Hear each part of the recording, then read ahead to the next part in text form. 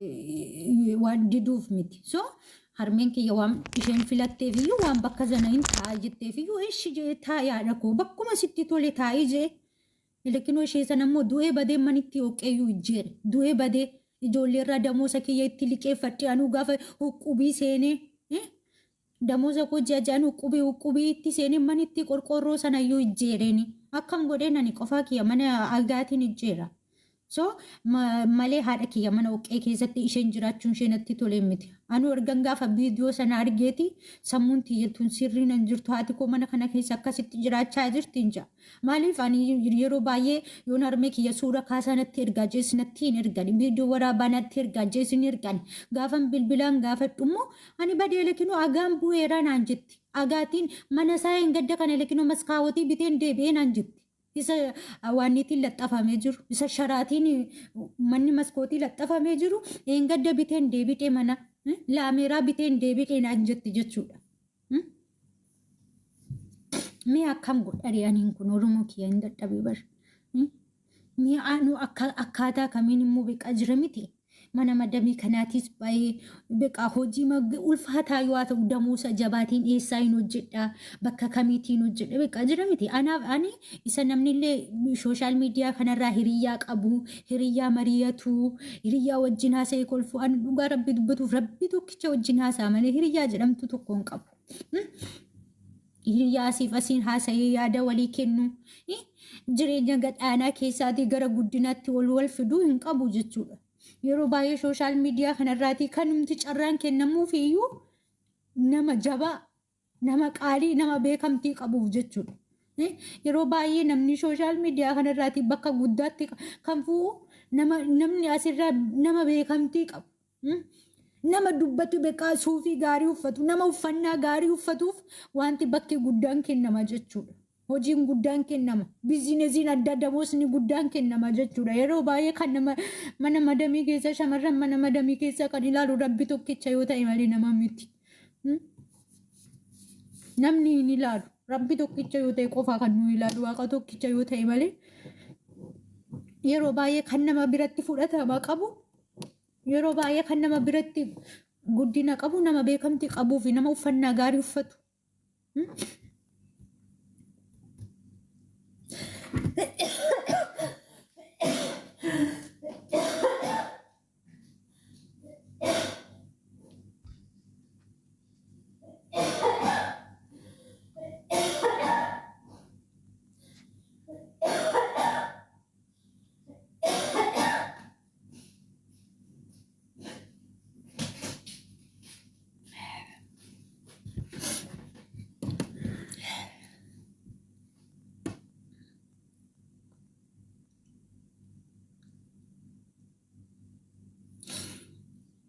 إن شاء الله ربما في خير ما في ندمتي يورمك يا إن شاء الله ربي نواباس ربما كدنا واقصر غرركينا كدن كغرغاري تسنو باسو أنا يوم اللي تنام بيا قالوا في اللي أبديهن قبو وقالوا ماتي قو بكو ماشين جرتو تهرمي قو فوانغاري قوتشو يا دمالي أنا يوم بيا قالي أكما سلايسنينجي ولا ما مرتفت إيقالا دو أباكي يديمو مراتي قلا بوسي كتماكي سديمو kana lamaan murteeffadheen biyya gala gaafan biyya galuu barbaade jechuudha.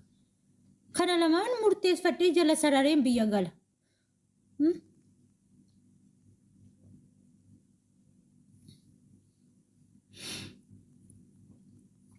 Kanadha inshallah Oromoo kiyya. Teeruma fundumtu. Nafcidadhaa hama famtuun siniin argin Oromoo kophaa isin jaalladhaa isin kabaja.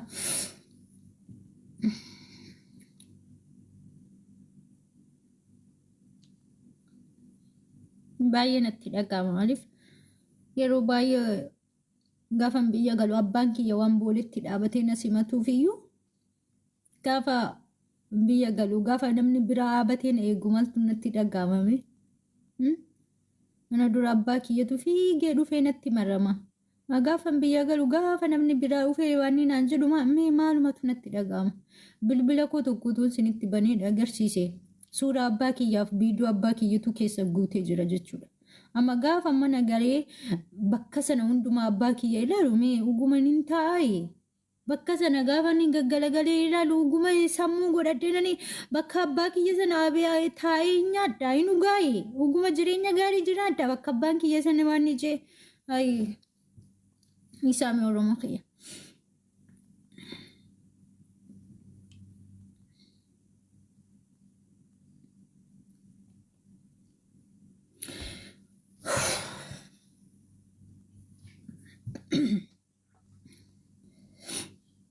Inshallah Rabbu macciirra Oromoo kiyya baay'ee sin jaalladha dhugaa mataan kiyya narraa bu'u jirti halkaniif guyyaa iyyaadha dhugaa dubbatuuf iyyaadha hin karoorsaa akkamiin asiin godhee akkam godha jedhee iyyaadha garuu waan ani yaadu yeroo hundaa nan tasa akka ullee galma naan ga'ullee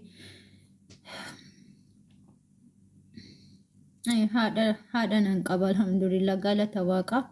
Garuu sinitti dhaga'ama beektanii bakki abbaa keessanii yoomillee taanaan sinitti dhaga'ama amma obboleettiin kun seenaa biyya galte malee akka isheen itti jirtu otoo agartanii waan addaati hanga mana yaalaa deemtee gulukoosii fudhachuutti jirti jechuudha.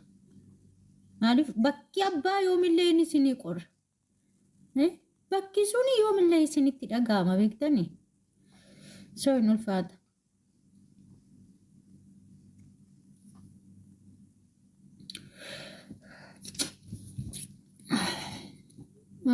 Gaafa akkas dubbatan namatti dhaga'ama malee ani boo'uu barbaade miti maaliif jennaan alhamdulillah fayyaa qaba kun mudhiima kiyya hidhadhee tattaafachaa jira. Tattaafachaa jira. Garuu hawwiin kiyya utuma hojuma hangami yoo hojii humnaa ta'e damoosa xiqqoo kaf jedhaatiin otoon hojjedhee hin jijjiira malaataa maatii kusana jijjiira laataa jedheen. Namana garuu akkamittiin hojii xiqqoo damoosa xiqquma damoosa hanga damoosa 2,200 kana utuma hojjedhee xiqqumaatiin kun ji'a 2 keessatti hin hassaaba dhugaa dubbatuuf jechuudha ciisuu hin hassaaba mimmii hojii akkamii otoon hojjedheen jedhaani fiqqa yaade beekaa dhugaa dubbatuuf halkaniif guyyaa yaadee dadhabee dhugaa kun sammuun namarratti ootee nama gadi taanee ani takka indi aliin ala uf jala qabamu maaliif hin akkas yaadan jedha gaafan taa'ee ilaalu immoo haadha koo na deessitu natti dhaga'ama.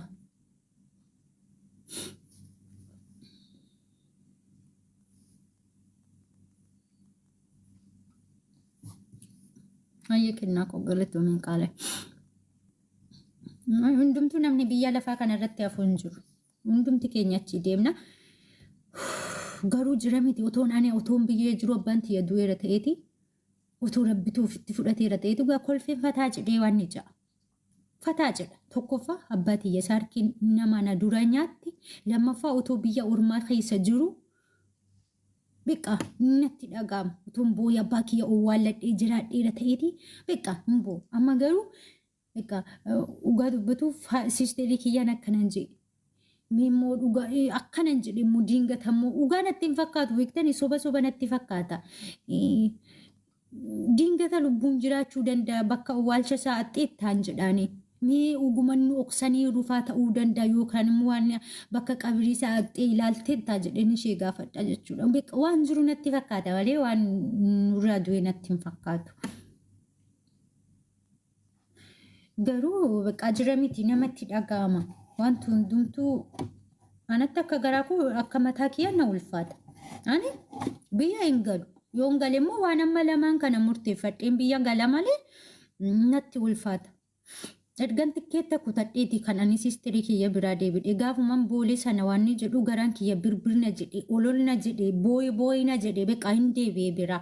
Hin deebi'e ati galii ati jabduudha ati goboziidha beekaa ishee jajjabeesseetiin beekaa. Ati beekaa abbaan keenya unuun qaban jee garuu keessitiyya waan akkaatatti ani jiru natu beeka jechuudha. Galee jedheen ishee gaggeesse hin deebi'e jechuudha. Maaliif ani obsa hin qabu. Obsa tasuma hin qabu. Kanaafiyyuu naaf cidhadha. So ijoollee yeroo baay'ee ani laayifii seenuun barbaanne garuu koomentii tokkotu yaada kiyya tuqee jennaan hin seene malee ani seenuun barbaanne laayifiyyuu. So inshallah yoo waaqayyo jedhe immoo haadha kiyyaa illee hin du'a malee bakkuma isheen amma jirtu kanatti hin ijjeera mana agaatiin. Inshallah rabbiin haa jedhu. Damoosuma koo amma huqubii seeni ji'aan isheen fudhadhu wanti ani godhadhu narraatii haa badduuti malee moobaayilitti makuu kanallee gurgura malee manitti oqee akkuma isin jettan manitti oqee keessatti hin ilaalu. Yeroo baay'ee harmeen kiyya waan suurri viidiyoon na bira hin geenyeef agaan bu'ee jira. Lishoon galuufidha, maskootiin galuufidha. Beekaa wanti hundumtuu bakkatti deebi'uufidha naan jetti jechuudha. Amma garuu erga siistiriin kiyya baatee galtee waan hundumanatti agarsiisteeti beekaa. Hindua malee beekaa moobaayilitti koo kana qabadhu gurgura malee hin ijjeeraa fi mana agaatiin inshallah waaqatti nama achi naa godhu hin ijjeeraa fi. Kana dhabaa isin jaalladhaa isin kabajan dhuma keessan Oromoo kiyya inshallah guyyaa biraa inshallah siistiriin kiyya limii turkiin baadiyyaa keessatti hojjetu ni beektu ijoollee warri baadiyyaa roobni rooba malee wajjin laayifii galan waaqayyo je harmeen kiyya illee ni ufti ijoolleen tokko ijoolleen namoonni miidiyaa gurguddaa qabdanii obboleettii kee intervii goona haadha kee intervii goona jettanii na dubbiftanii.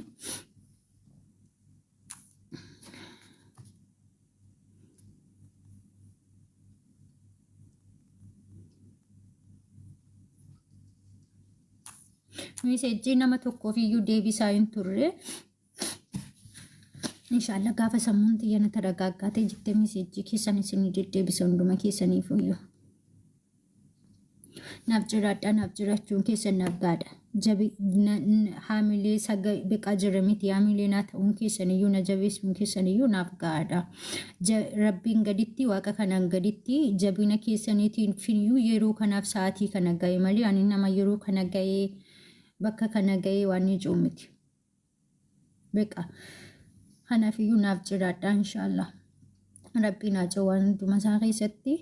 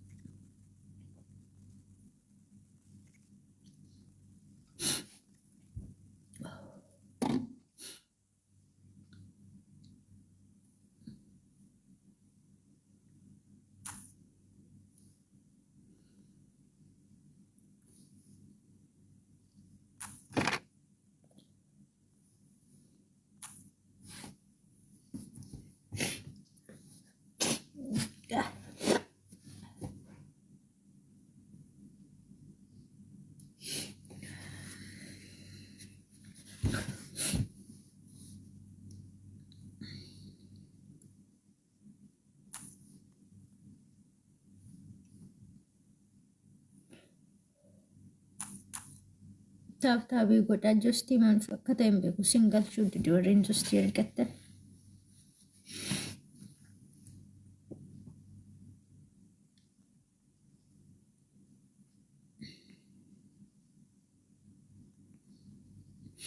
Taabtaabii godhaa jostiin naa banuu didi naannessaa jira.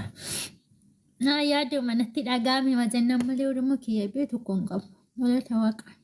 Meeqa jira miti gaafa ani inni aaruu gaafa aarii mataan haguutee imimmantu nirra yaa'a. Gaafa aarii beeqa waan inni yaadu galma naa ga'uu diddee imimmantu nirra yaa'a malee waan akka eemmiti Oromoo kiyya.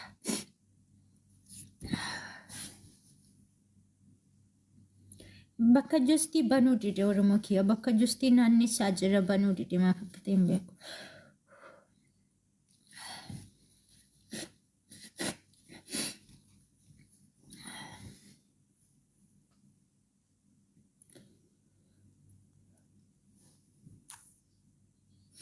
Oma hin taane dhugaa oma hin taane miiruma keessa galee ani tunoo biyya ormaa keessa taa'aa jira. Biyya galuun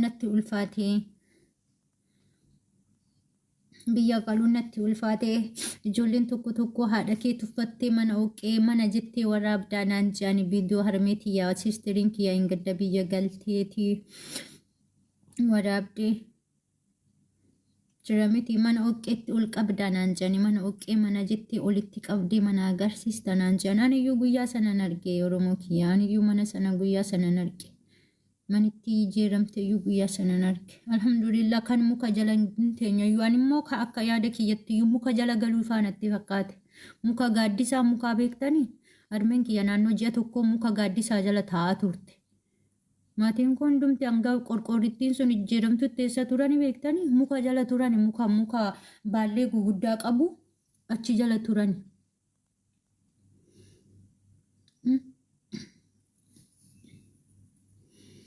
Iski isinuu yaadaa ilaalamee mimmee amma otoo amma akka carraa ta'e qabeenyi mana arabaa kanaati hundi barbadaa'ee gubate. Mee eessaa qabdu? Maal akkam gootanii walitti qabdu mimmee otoo isinii ta'e? Akkam gootanii walitti qabdanii bakka bakkatti deebiftu? Akka warra arabaa kana maatiin keenya akkaawuntii banatanii birriirraan qaban. Yoo waa rakkatan yoo sa'a mana jiraatti sa'a fuudhanii qayeelu handaaqqoo fuudhanii qayeelu. Boqqolloo qunnaa tokko qunnaa lama safaranii qayeelu malee baankii irraa qanii baasisu miti. Baankii irraa qanii akka warra arabaa kana baankii irraa baasisanii waa godhu miti isaan. Ishuma xaafii mana keessa qunnaa tokko qunnaa lama safaranii dugdarra kaawwatanii ashaboo buna bitatanii deebi'u. Mee xaafimti innimti midhaanti mana sana keessaati fudhattee gabaa baatu sun yoo si jala gubate mimmee gara eessaatti galagalta? Gara kamitti galagalta?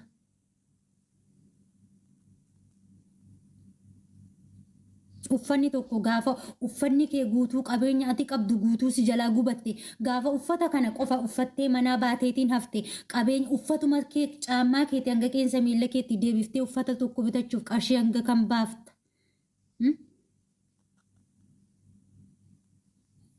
Ani waa meeqa? Awwalti abbaa kiyya jirutu naannoo qarshii 500 ol baase. Waan ani hin taane hin jiru Oromoo kiyya natti hin fadadhiina malee. Mana agaa jiru birriin jiraannaan mana agaatiin ijjeeruunis moos booldii mana keessatti bituunis televezyiinii galchuunis salphaadha bari waan hundumtiyyuu birrii irraa akkadha. Birrii yoo harka kee hin jiraanne namni galagalee si ilaaluyyuu hin jiru. Birrii qabaannaan manni kee warqiitiin ijaaramuu danda'a. Makiinaa kee warqiitti jijjiirrachuu dandeessa birriin jiraannaan. Birrittiin immoo eessaa situ fida jechuudha. Mee ani eessaa fidamu mana madamii keessaa baankii cabsee haa ta'an kan madamii. Kan madamii kana haateetii naqee maatii koo ergaa shuman damoo sajjii ajjaan fudhadhuun.